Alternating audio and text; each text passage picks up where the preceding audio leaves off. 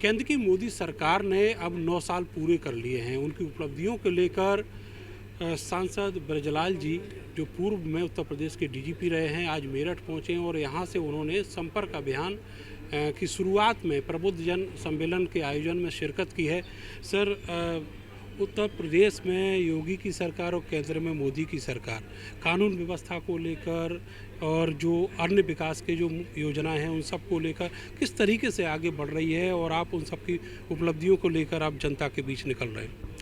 जी, आज यहाँ प्रबुद्ध वर्ग सम्मेलन हुआ था और मैंने एक चीज़ जोड़ दिया, क्योंकि एक पुलिस अधिकारी होने के नाते पूर्व, कि जब तक देश में, प्रदेश में, समाज में शांति व्यवस्था नहीं होती तब तक विकास नहीं होता। जब तक व्यापारी डरा रहेगा, किसान डरा रहेगा, कम्युनल दंगे होंगे, महीनों महीनों कांग्रेस की सरकार में मेरठ में कर्फ्यू लगा रहा, मार्च जो है उसमें 87 से जून 4 महीने। तो आज जो मोदी सरकार है, आप देखेंगे पहले रोज़ दंगे होते थे, ब्लास्ट होते थे। कहाँ? पार्लियामेंट अटैक, लाल किले पर अटैक, हमारे यहाँ सीआरपीएफ अटैक रामपुर, हमारे यहाँ 3 कचहरियों में blast, Jaipur blast, Ahmedabad blast में मोदी जी की हत्या करने प्रयास किया गया था। जब वो मुख्यमंत्री थे, ब्लास्ट हो रहे थे और पब्लिक जा रही थी घायल होकर के, तो वहाँ के इमरजेंसी पर कार बम लगाया गया, 28 लोग मारे गए। बॉम्बे लोकल ट्रेन 209 मार दिए। Opera house blast. धनतेरस के एक दिन पहले 29 अक्टूबर 2005 को सरोजिनी नगर पहाड़गंज ब्लास्ट। दिल्ली में कई ब्लास्ट हुए, दिल्ली हाईकोर्ट ब्लास्ट हुआ, Ahmedabad blast, Jaipur blast, Hyderabad Gokul Chaat blast, Buddha park blast, German bakery blast, Modi ji के रैली, हुंकार रैली में 2013 में ब्लास्ट, बोध गया ब्लास्ट, गुवाहाटी ब्लास्ट। ये तमाम जो घटनाएं हुई, ये सब कांग्रेस के नेतृत्व वाली यूपीए सरकार में होती थी। अपनी क्यों नहीं हो रही है? क्योंकि हम लोगों ने, मैं भी एटीएस का फाउंडर चीफ रहा हूँ, ये जितनी घटनाएं थी कांग्रेस साथ खड़ी रहती थी। अखिलेश यादव जी ने 14 मुकदमे आतंकवादियों को 2013 में एक साथ वापस लिए थे। इलाहाबाद हाई कोर्ट को मैं सलाम करता हूँ। इलाहाबाद हाई कोर्ट में जस्टिस अग्रवाल, जस्टिस मौर्य ने कहा था कि आप कौन होते मुकदमा वापस लेने वाले? अरे जब चार्जशीट लग गई तो कोर्ट विल डिसाइड। ये वापस नहीं ले पाए, बोले आज केस वापस ले और कल दोगे पद्म विभूषण। उसमें रामपुर अटैक में 4 को फांसी की सजा हो गई, कचहरी ब्लास्ट में आजम कारावास सजा हो गई, बोले उल्ला के केस दशा समेत गार्ड फांसी की सजा हो गई। इस तरह से जितने केसेस थे, तो जब तो समाजवादी सरकार केवल आतंकवादी नहीं पालती थी, अब बदमाश नहीं पालती थी।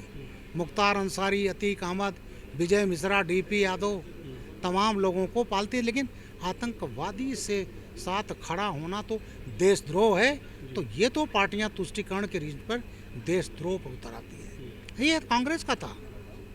जितने ब्लास्ट हुए, इन्होंने एक नैरेटिव गढ़ा, भगवा आतंकवाद। 26/11 बॉम्बे को सभी जानते हैं, उसमें हमारे 2 IPS अफसर भी मारे गए थे, 170 लोग मारे गए। इन्होंने गढ़ा, ये तो बजरंग दल का काम है। इंडियन मुजाहिदीन कहते थे, उसका कोड नेम है। और उसमें AR अंतुले तो मर गए बॉम्बे के। उन्होंने कहा, एक रहमान साहब थे, डिप्टी चेयरमैन रहे राज्यसभा को, उन्होंने कहा, दिग्विजय सिंह ने कहा, अजीज बर्नी से सहारा के संपादक थे, किताब लिखवाई 26/11 RSS की साजिश। तो ये जो नैरेटिव गढ़ा इन लोगों ने, तो इसीलिए आतंकवाद होता था। उनको पाकिस्तान को क्लीन चिट दिया जाता था, लेकिन आज ज़ीरो टॉलरेंस के लिए थे। सर, यूरोप में गए हैं अभी राहुल गांधी, उन्होंने वहाँ पर कहा कि जो मोदी जी हैं उनके काम जो हैं भगवान के जैसे हैं, लोग उनको भगवान माने इस तरीके से। इसके अलावा उन्होंने एक और बात कही कि जो देश के बेरोजगार हैं उनको कहा जाता है कि आप राम और हनुमान की आराधना करो। ऐसा मोदी जी कभी नहीं कहते कि आप कैसी आराधना करो, किसकी आराधना करो। राहुल गांधी वो आदमी जो ये कह रहा है कि RSS कम्युनल है, BJP कम्युनल है और मुस्लिम लीग सेकुलर है। वो मुस्लिम लीग जिसने देश का बंटवारा करवाया, जिन्ना का साथ दिया, अलग मुस्लिम कंट्री बनाया, आज भी जहनियत यही है। और उसको राहुल गांधी अगर सेकुलर की संज्ञा दें, बीजेपी को कम्युनल कहें, तो भगवान मालिक है उनकी बुद्धि का। और ऐसा लीडर सोनिया गांधी, इंदिरा गांधी जी जब गई इमरजेंसी के बाद एज ए पीएम बन करके, तो वहाँ लोगों ने कहा था आपको तो समय की सरकार ने जेल में बंद कर दिया। उन्होंने कहा अपने देश के खिलाफ नहीं बोलूँगी। तो ये राहुल गांधी जी का उनका बचकानापन है। रोज़ रोज़ जहाँ जाएंगे तहाँ केवल देश की बेइज्जती करेंगे, चाइना की तारीफ करेंगे, हमारे सैनिकों को हतोत्साहित करेंगे, सर्जिकल स्ट्राइक में सबूत मांगेंगे। तो ये राहुल गांधी जी को इसमें आपको मालूम है सज़ा हो गई, उनको जो है संसद सदस्यता चली गई। तो ये केवल इनका फ्रस्ट्रेशन है, और उस फ्रस्ट्रेशन में ये इस टाइप की बातें करते हैं जो बड़ा दुर्भाग्यपूर्ण है। राहुल गांधी जी पूर्व कांग्रेस अध्यक्ष सर, हैं। अभी जो कर्नाटक का रिजल्ट आया, ये मान के चल रही है कांग्रेस के वो जो भारत जोड़ो यात्रा थी उसका इम्पैक्ट था। अब जो अगली भारत जोड़ो यात्रा है उसकी शुरुआत अभी अगस्त या सितंबर से कांग्रेस फिर से शुरू करने वाली है। तो आपको क्या लग रहा है 24 का चुनाव में यूपी कितनी बड़ी चुनौती है? यूपी कोई चुनौती नहीं है, और उत्तर प्रदेश जो है, मैं आपको आज से कह दूं 80 की 80 सीटें आएंगी। 2019 में अखिलेश जी ने क्या किया था? कांग्रेस, समाजवादी पार्टी, बहुजन समाज पार्टी, परिणाम क्या रहा? अखिलेश 5 सीट पर रह गए, बहुजन समाज पार्टी अलबत्ता 10-11 सीट पा गई थी। अब ये इनमें आपस में वर्चस्व की जंग ऐसी है, ये समझौता नहीं कर पाएंगे। और आज जोगी राज की उपलब्धि है, चाहे हिंदू हो चाहे मुसलमान, दलित, आदिवासी, सब जान रहे हैं कि आज देश में शांति है। 33,50,000 करोड़ का इन्वेस्टमेंट आ रहा है। दंगे नहीं है, दंगे होते हैं, मैं तो एक पुलिस अफसर रहा हूँ, 4 महीना आपके मेरठ में दंगा हुआ था 87 में। जो रोज़ कमाने खाने वाला है उस परिवार की हालत क्या होती कर्फ्यू में। तो आज पूरा प्रदेश जानता है कि जोगी राज में माफिया ध्वस्त कर दिए गए हैं, उनकी संपत्तियां जब्त कर ली गई हैं, बुलडोजर चला दिए गए हैं। और मुख्तार अंसारी जैसे माफिया जिसके खिलाफ कोई गवाही कल 5वीं हो गई, उसके भाई अफजाल की संसदी चली गई। तो जितने माफिया हैं वो सब जेल में हैं। और जो ये कवच पहनते थे माननीय का MP MLA का, वो कवच हट गया है। और जितने लोग बाकी हैं वो सब फास्ट ट्रैक कोर्ट में, ये मुखौटा जो माननीय का वो ख़त्म कर दिया जाएगा। कभी ये चुनाव नहीं। सर, मेरा आखिरी सवाल मेरठ से ही जुड़ा हुआ है। एक बदमाश जो गैंगस्टर था बदन सिंह बद्दो, करीब 4 साल हो गए उसको फरार हुए, और अब इनाम भी 5 लाख हो गया है।